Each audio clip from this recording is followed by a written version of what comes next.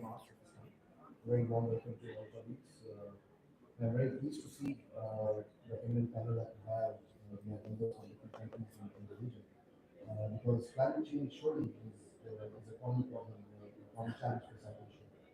In each of our countries, it is required that we work together to have a way to address this common threat. I want to share here with you that the World Bank, a few years ago, we developed a report on climate hotspots. And we found that 800 million people across South Asia, many of us in the village, they actually live in areas which are known as climate hotspots. So will convert into climate hotspots by 2050. That means that there will be a significant decrease in the quality of life due to issues such as air quality, due to rising energy prices, due to food insecurity, water insecurity. So clearly, the data suggests that without each other working regarding the problems we will not be able to overcome this. In individual countries, the World Bank is also looking at developing country climate and development goals, which again identify a common set of problems across each country. The water, food security, nexus, the agricultural nexus, which is a key challenge. The resilience, the availability of urban centers is a critical challenge across South Asia, especially the data cities, India, Pakistan, Bangladesh. And certainly, the air quality is a significant problem across the Indo-Gangetic plain. So from Lahore to Dhaka, we have an issue on air quality. In fact, this is the peak season of the moment. So, a number of issues that have come up, and particularly on energy transition. That is also one issue that I think requires a lot of cooperation amongst South Asian countries on how to move towards low emissions development pathways. So with that, I think I'm looking forward to discussions with hearing from your perspective from each country and how we can look at food security and emission perspective. With that, I will take session.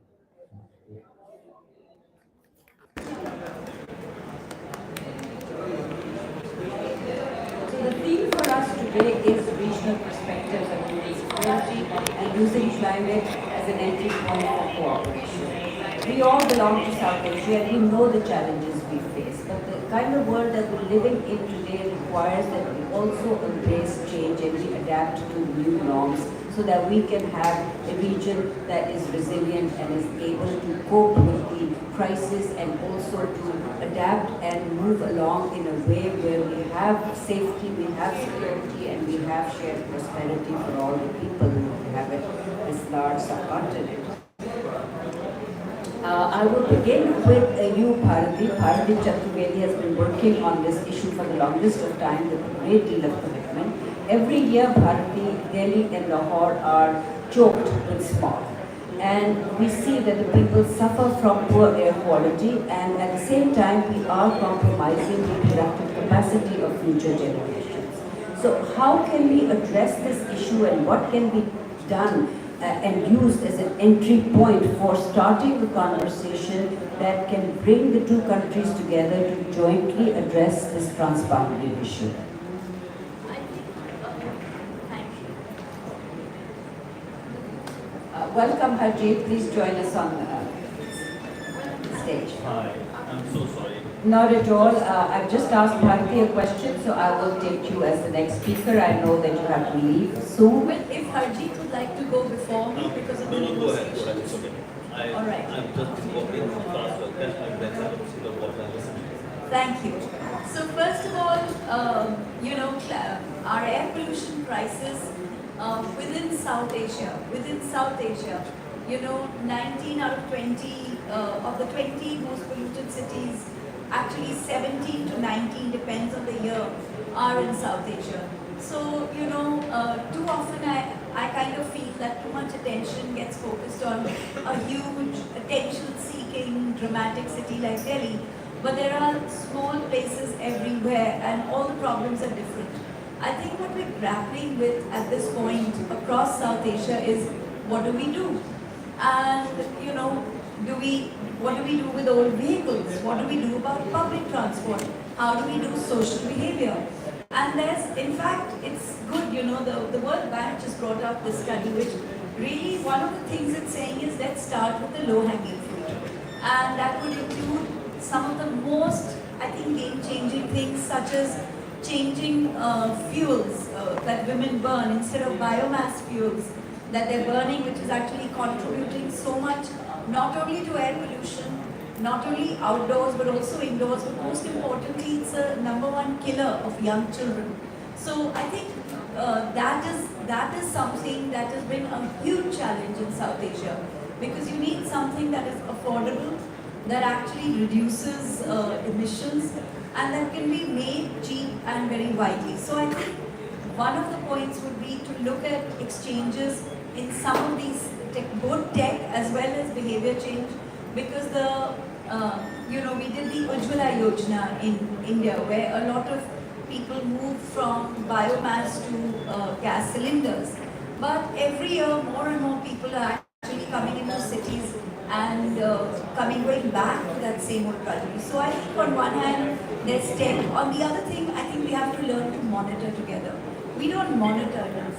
We have some of the best data scientists. We have tech across the 3 countries.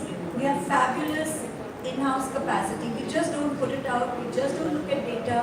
Above all, we don't share warning systems. We're all looking individually at NASA and looking at the red dots. So I think looking at where the wind might blow, and we can expect that to change in the coming decades. I think we need much more cooperation on everyday knowledge, on preparedness. And I think we also, one thing that we have to do, I know I'm talking largely of reducing exposure, but I think one of the challenges that we need to address really is about health. So yes, there's looking at a gender lens from health and air pollution. Yes, there's about, reducing exposure. But I think above these 2 ideas, we're also just not able, I think, to share that kind of, hands-on solutions. For example, what do you do? Because now we know air pollution, impacts all the organs of your body. What are doctors doing? Doctors are extremely localized people with extremely high impact solutions in their constituency. We just don't seem to have these dialogues, and everybody is reinventing the wheels, and lives are being lost. I mean, 2 million people die every year in South Asia from air pollution. So I want to talk of low-hanging fruits in this conversation. COP is not a place for us in this particular place to talk of the highest solutions, because yes, there are people like Harjeet grappling with those, but at least South Asia start with what's within our control and what data and science tells us and what the World Bank has told us this year. Thank you so much, Bharti. I think every time you speak, you instill new hope, because there is an opportunity that we're missing here, and I think that's the pathway that we need to take to see where is that entry point, where is that low-hanging fruit, and how can we seize that one moment to at least put our foot in the door and start talking, because that's where the conversation begins. So thank you for that. Harjeet, I will come to you. Harjeet is the head of Global Political Strategy, Climate Action Network.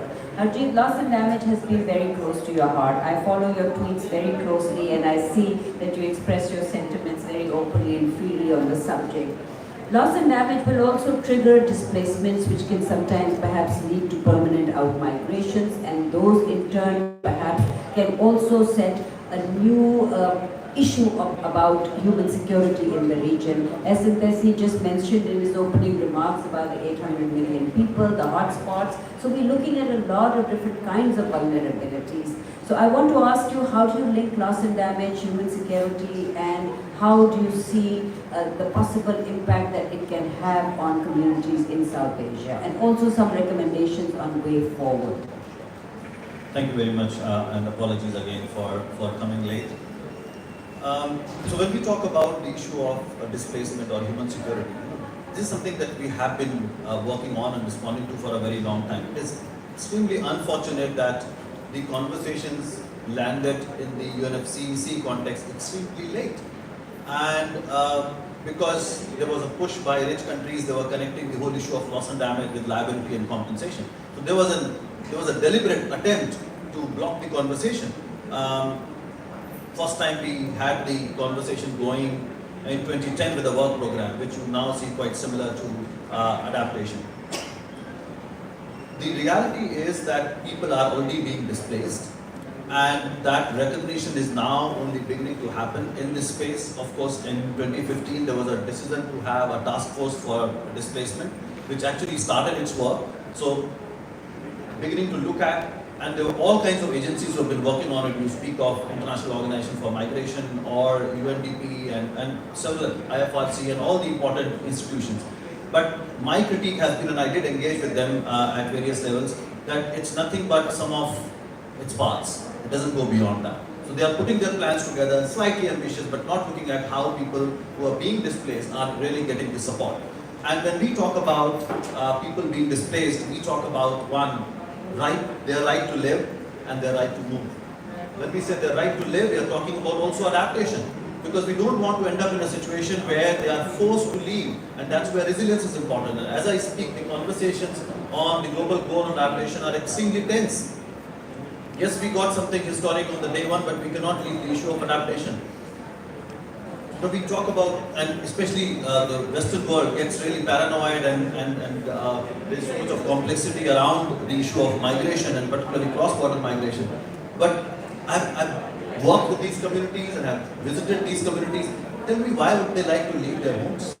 Given a choice, they want to live with their family as if they are living, a heavenly life in the urban cities. We know our cities. You talk of Dhaka, you talk of Karachi, you talk of Delhi, you talk of any big cities.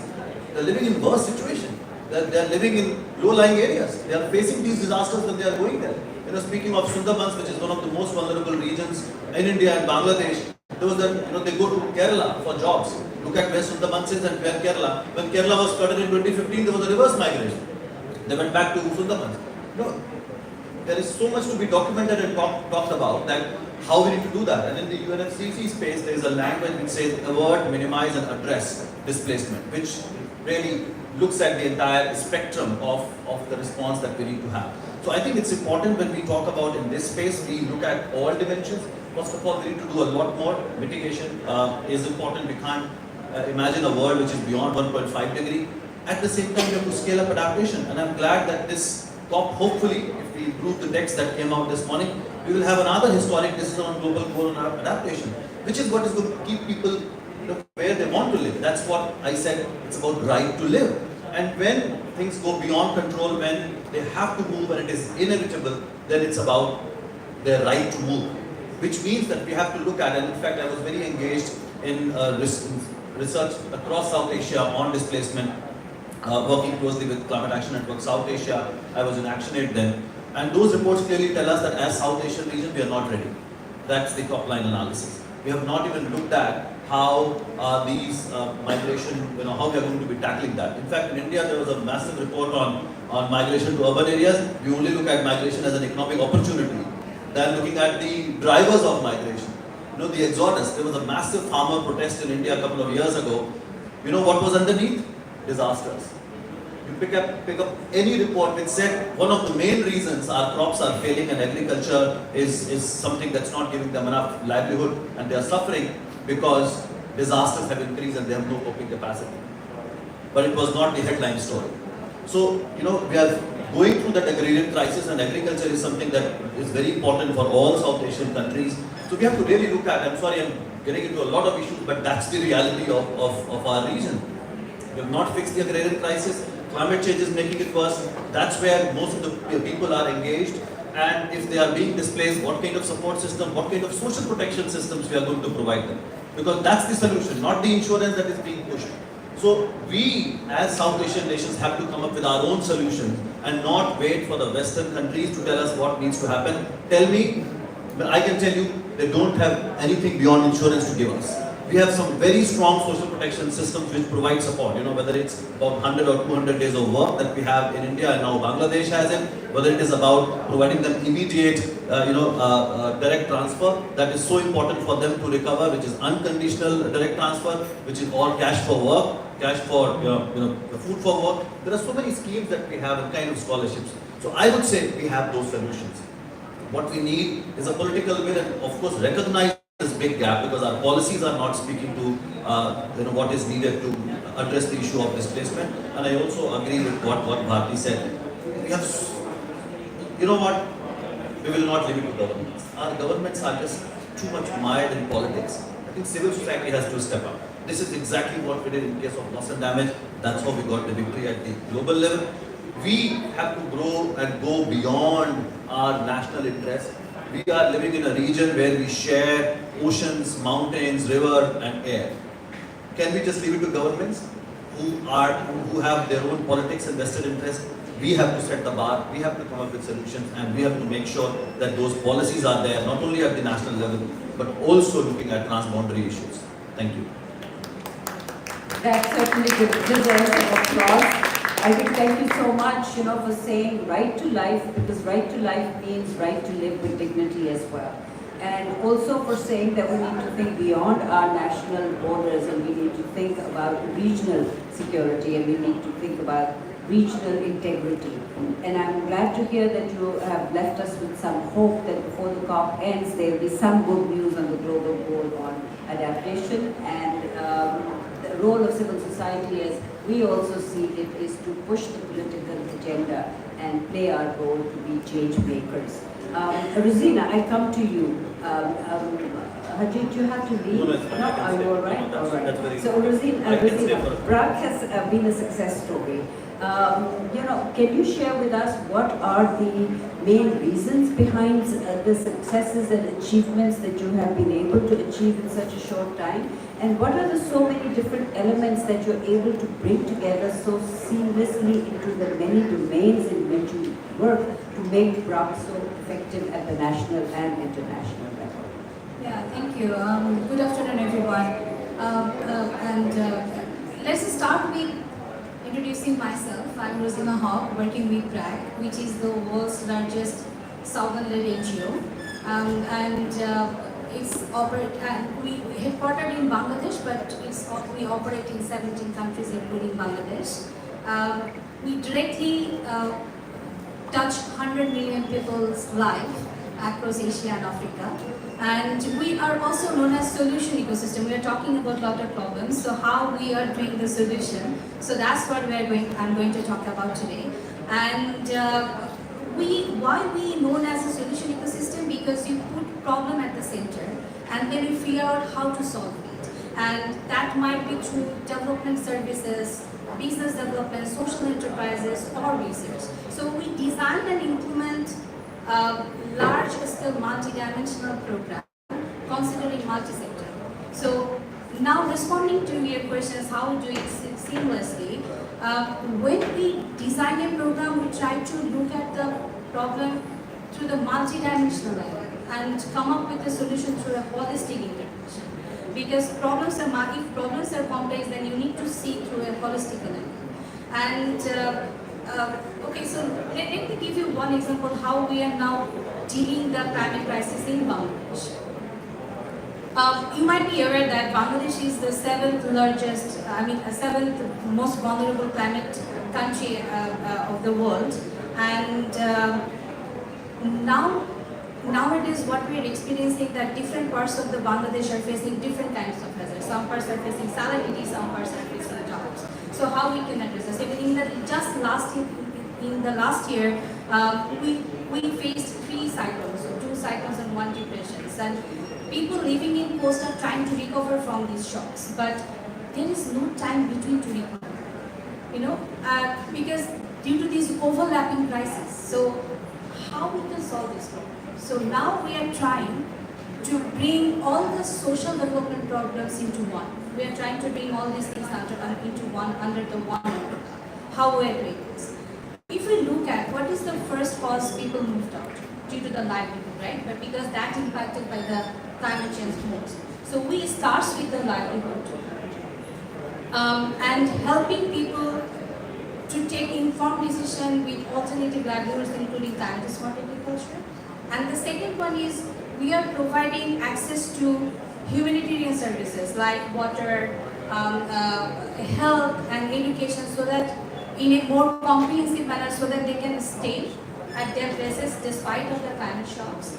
And the third one is we are helping people to plan and prepare better for shocks by providing them granular and accurate forecasting, and also providing them some financial tools like livestock insurance, crop insurance, so that they can cope up with the shocks if anything happens. And fourth, what the Hajis focused more, the migration issues. Due to all these effects, actually, there will be a portion of people who actually will move, choose to move, either willingly or either forcibly displacement or any climatic event. So how we are helping them? We are also helping them to cope up with climate migration by preparing the cities, as we say that cities are also. So through this, looking the problem through the different angle, coming up with the solution from the different pathways, we believe that this integrated model will not only work in Bangladesh, but I think, and we trust that it will also work in the neighboring countries like India and Pakistan when the collaboration comes. Nowadays, we see that Bangladesh is a hotbed of social innovation wars that benefits across the different countries of the world. I can give you one example that maybe you have heard, because this graduation approach is also implementing in India and we implemented in Pakistan as well, that we invented graduation approach, which not only graduated 2 million people out of extreme poverty in the last 20 years in Bangladesh, but this same model is adapted and replicated in 50 other countries by the different organizations and wide range of different civil societies and NGOs. So why I am saying this, that if we can look at the problem and adapt these things based on the context, then it works. So we know how to adapt this. Now we need to spread this to the broader audience. I will give you the last example, what we are experiencing in Bangladesh and how the funding is really required, that one in every 2 women in coastal region in Bangladesh experience pre-cervical cancer, due to using the high saline water. So where actually the rainwater harvesting cost is just $350. So with this cost, we can change the life of a woman, we can change the life of the family. So now this is the high time to invest on this, to address this problem, what we are facing, and the countries who are responsible for this are step up and pay for this. Thank you so much, Rosina. I think you talked about taking a multi-dimensional approach and holistic pathways to development. We all talk about that, but there are very few countries actually that put their words into action and show performance on ground, and you're one of them, and that is why I think Bangladesh is being lauded for the progress that it has made from transitioning from vulnerability to resilience. Thank you for that. Dr. Babu.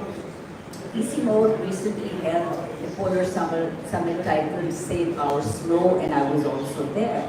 We all recognize the importance of the polar regions and the role that mountain ecosystems play. We are home to the third pole in South Asia, especially in the HKH region. So how do you think that we can move towards greater collaboration in the region to start looking at ourselves as a region that relies on the same water resources that are going to probably shrink drastically, and how can we manage them in ways that we keep the flows going so that it continues to support the people who rely on it directly and also indirectly? Thank you, Ms. Aisha, for inviting ECMO to this August panel and for this important discussion on the regional perspective. I hope many of the audience here know a lot about the ECMO work. ECMO stands for the International Center for Integrated Mountain Development. It's one of the regional intergovernmental organizations working on mountains with a focus on mountain people and the ecosystems. Broadly, we can call it the environment. The Hindu Kush Himalayan region, as the speakers before we were talking about the upstream, downstream linkages, and I will be talking about the snow and ice in particular, how this is going to affect and influence the investments in the mountains and downstream. The conference which you referred to was actually based on a very recent study of the ISIMO, which we call High-Wise Outlook Study 2023. High-Wise is the Himalayan Water Ice Society Ecosystems Outlook report. This study was jointly conducted by over 100 authors from the region and from the international organizations globally. As we know, covering almost 760,000 square kilometers of snow on average, and almost 60,000 square kilometers of the glaciated area, with 6,000 ice and 6,000 cubic kilometers of ice. The region is perhaps the biggest source of fresh water, not only for the mountain communities, for around 240 million in the mountains of the 8 countries in the state, but also for almost 1.69 billion people who are dependent or living downstream in the river basins. The study, before I answer your question of how we can address, why we need to address this collectively is important to understand. This region where we have this much amount of glaciers is badly impacted by the climate change. Rather, I would say worst impacted by the climate change for two reasons. One is it has so much of ice, snow and glaciers there. The second is the most poor people live in this region who are largely dependent on the natural resources from the mountain ecosystems. The study shows that our glaciers, snow and ice is melting. But we are not really sure about how fast these glaciers, ice and snow is melting. Do we realize it? If we are realizing, are we going to take it in our policy making and decision making processes adequately or not? That's perhaps the biggest question. This study not only focused on the changes happening in the cryosphere. When I say cryosphere, for general information of the participants here, it covers all forms of snow and ice, even the frozen soil, etc. Primarily we consider ice, snow, glaciers, and permafrost. Permafrost is a term used for frozen rock and soil. So this study identified that the glaciers, around 54,000 glaciers we have in this region, which have been documented and recorded so far, are melting faster, 65% faster than the previous decade. It's just a matter of 10 years of time. You can imagine and understand how big a challenge and threat this is to the people, to the hydropower. So you were talking about the energy installations. All of our hydropower installations are on the streams and rivers. The report also looks into often ignored areas like the biodiversity and ecosystem services. I don't know how many of us realize that the HKH ecosystem provides services and goods worth $4 trillion every year. It's not being accounted for anywhere, anywhere at all. Similarly, this also looks into the aspects of impacts of changing cryosphere on human society as a whole, like water security, drinking, irrigation, livelihood, culture, and many other things. The findings are quite interesting. I will share the link for the report. Some of you who are interested can have a look at it. The key question, as I said, is are glaciers, I'm not talking about other areas, but glaciers are melting 65% faster than the previous decade. The key question is, there was a conception that the glaciers in the eastern part of Himalayas are melting faster than the western part of Himalayas, and it was named as the Karakoram anomaly.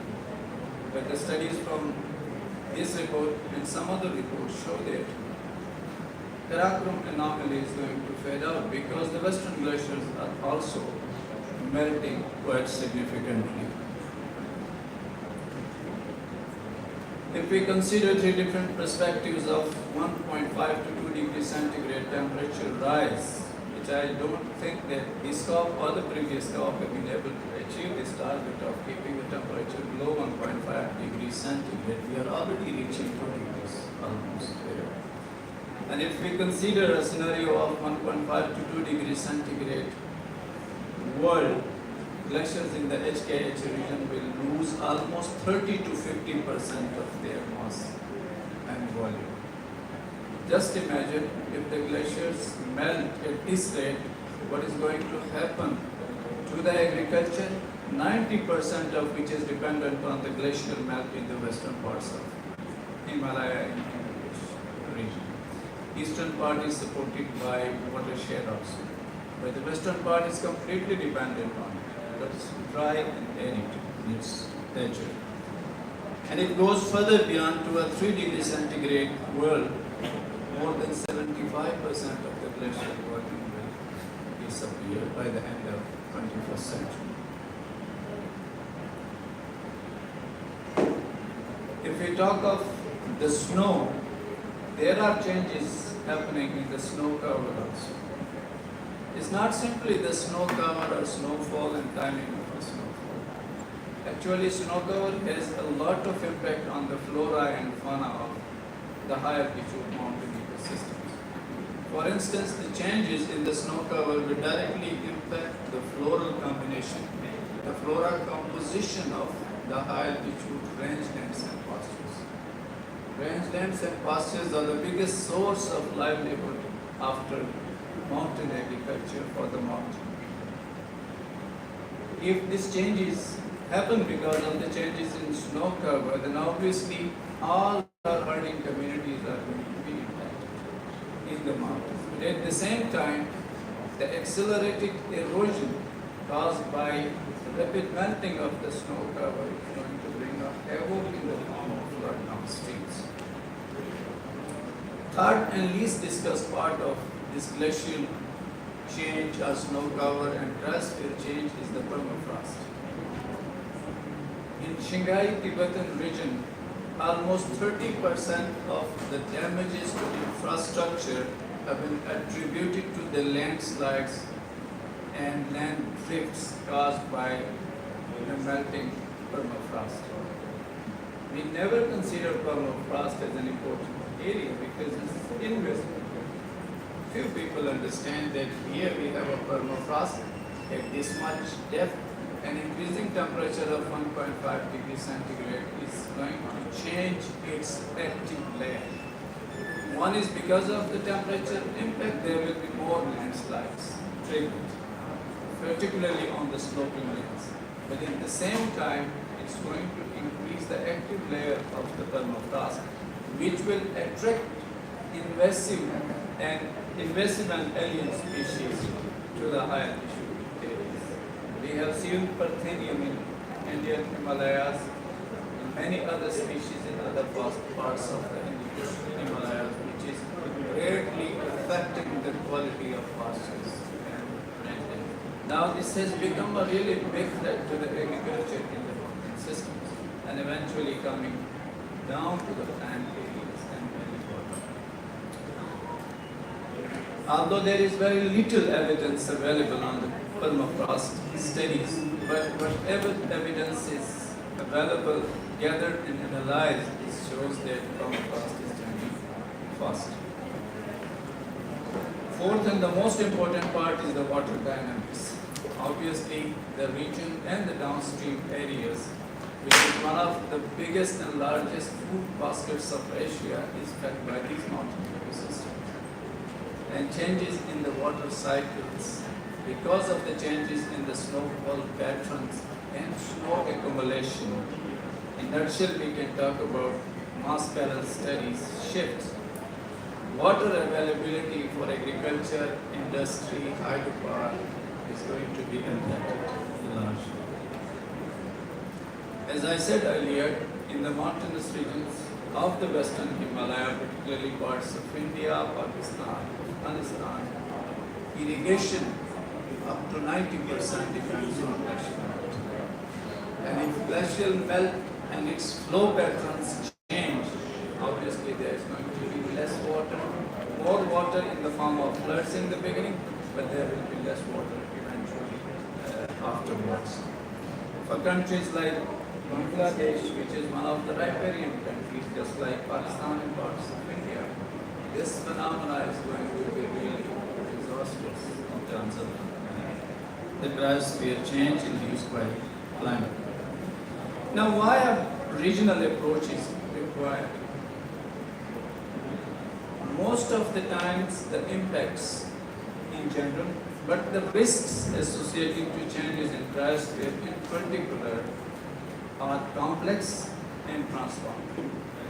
They originate in one place, but they then transcend to the other country across the national boundaries.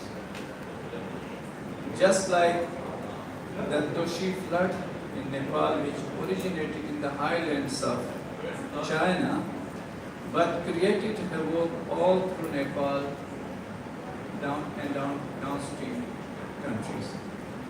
There are many examples and incidences of such transboundary and cascading risks. If the risks are transboundary and cascading, you obviously need to work together. For that reason, we directly need a regional approach to address these issues. This is only one example of transboundary and cascading risks. There can be several examples. For instance, zoonosis in the wildlife. These are transboundary. And there are just quoted by the colleagues for the air pollution. It has no boundaries, no common lines to draw that this pollution cannot cross the boundary of the next country to the other. We all live in a common airship. So the pollution and air quality is again a big challenge. So unfortunately, like water systems, out of 12 major rivers, 8 rivers are transboundary in their stage. But we don't have any mechanism to address such regional and transboundary issues. So we need to work together, at least on a humanitarian basis. And the least is a very low hanging fruit available to work on is to come up to share the scientific knowledge and information that we generated in our community. We can share this for the benefit of our regional communities. And based on that, we can make informed and effective decisions, both in the science to generate the knowledge which is critical and essential, but surely ethical. To generate that type of high quality evidence, we need to do joint projects on science and research. Similarly, based on that critical and useful quality information, we can help the countries develop early warning systems and policies to scale out such solutions for an impact. And thirdly, together we can come up to share the experiences of good practices. Something working in one country can be easily taken to the other and replicated there.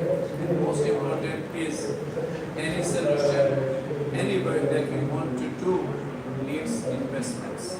And to mobilize the investment, we need to join hands. We need to join hands with global forces of not only international countries, to have a unified voice for the HH communities to influence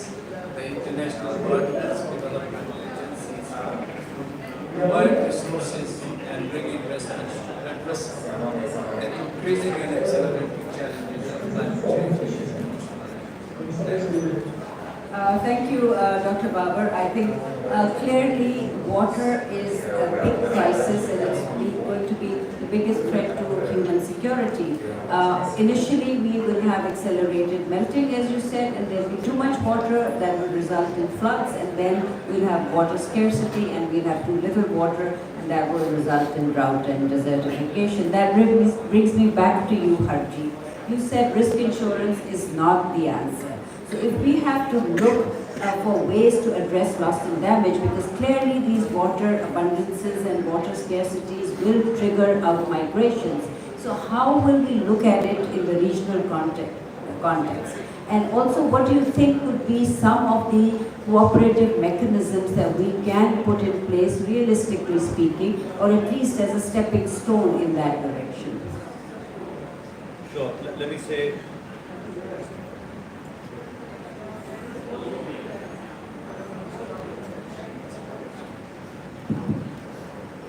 let me first say a couple of lines on insurance. Why we say it's not going to work.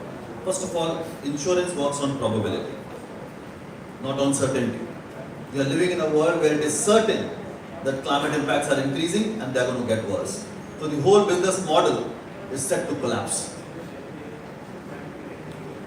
On extreme weather events, there was some chance because when the frequency was not as high and disasters were not as intense, they said insurance can help you recover. It was never meant to work for slow onset events like sea levels rising, glaciers melting, as Dr. Khan said, which is going to be a massive phenomenon going forward. So on extreme weather events, forget about developing countries, even in the developed world, it's failing and places are becoming uninsurable. So you cannot depend on a model which we know is not working and it's not going to work in future at all. So what we need to bank upon? As I said earlier, social protection measures, which means helping people directly through various measures that we already have in our policies. And many of the successes that we've had in terms of providing immediate compensation or direct transfer to people so that they can recover. And of course that recovery then has to be resilient to be responding to or keeping in mind future disasters.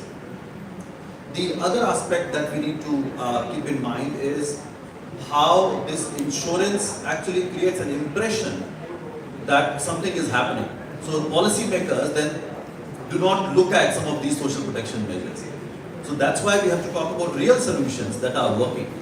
In terms of investments and resources, I was just having a conversation with a couple of MPs from the UK, and they were also talking about adaptation as an investment.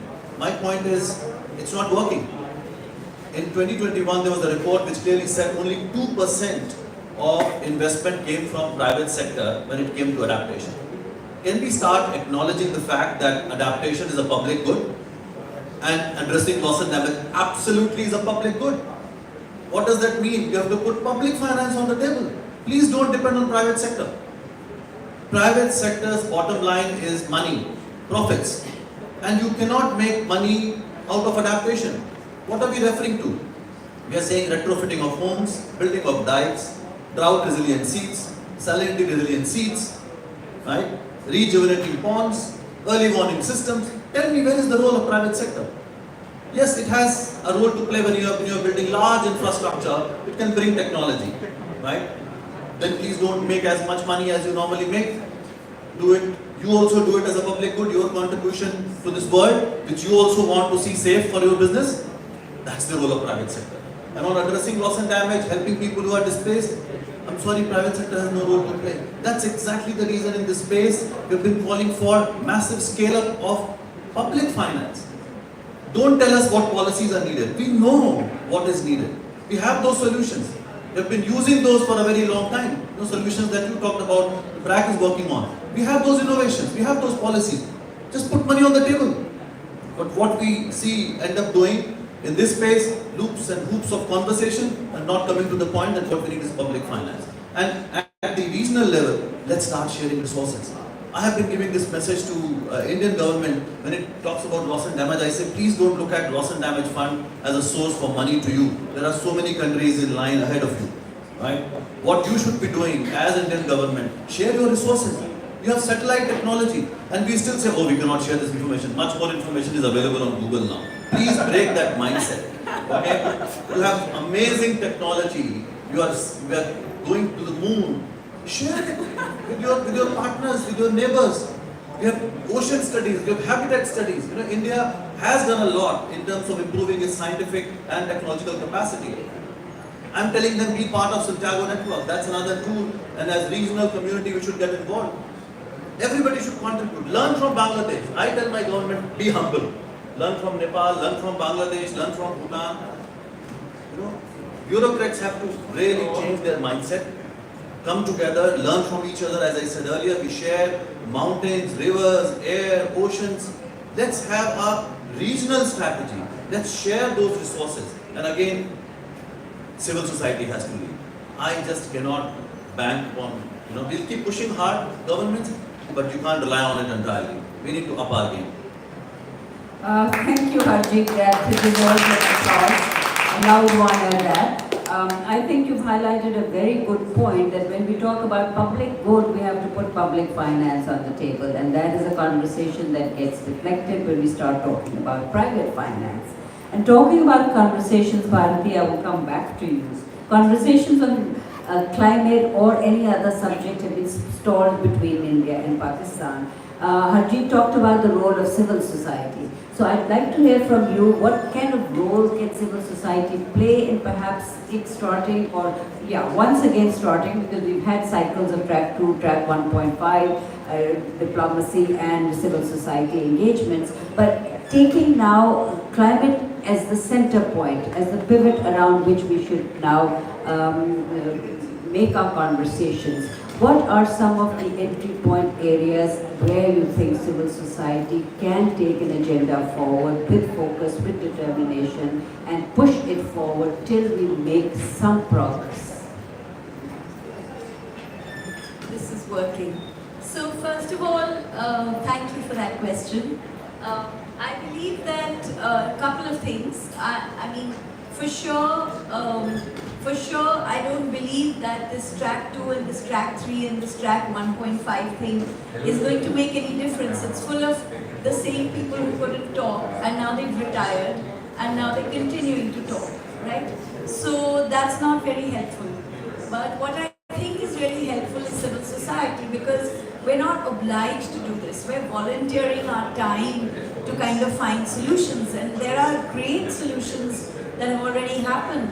I remember in 2018, two technical people met, and they actually since then have been working together to create these monitoring devices and expanding both their technical depth, so to say, as well as expanding their markets and monitoring and improving. And similarly, I know that taxi services have been using the internet and learning to improve their algorithms in order to provide a form of transportation. So I believe there's actually a lot going on. We see it more in the world of art, but we see it less in our own world. And I think the biggest thing we need right now, we think how to do it.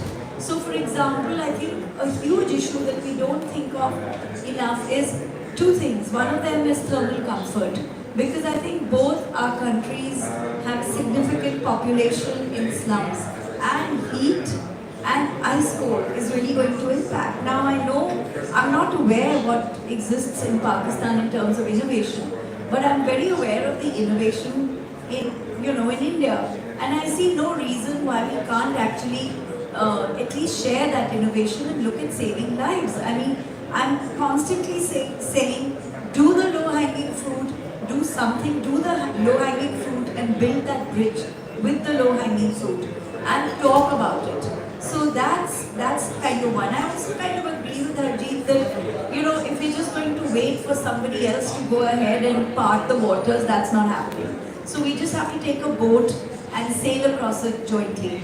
So that's the other thing. I also believe that there's a lot of the space and a lot of the work in the tech space, which actually doesn't need the kind of barriers we face, which is physically meeting, carrying heavy stuff, or all of that. I think we don't really spend enough effort in helping each other with tech, and then we don't really have the resources to reinvent every single week.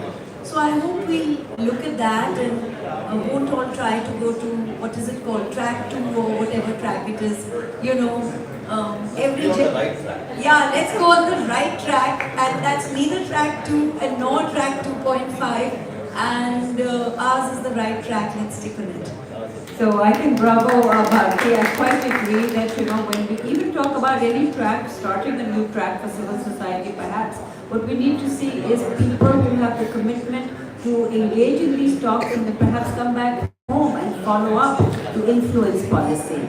Harjeet, you have to leave. Thank you so much for your time. Do you want to have a group photo with us before you leave, and I will continue the conversation? Oh, I'm so sorry. I'm getting signals from the floor. They can't let you leave without a photo. Sorry. Some multiple commitments.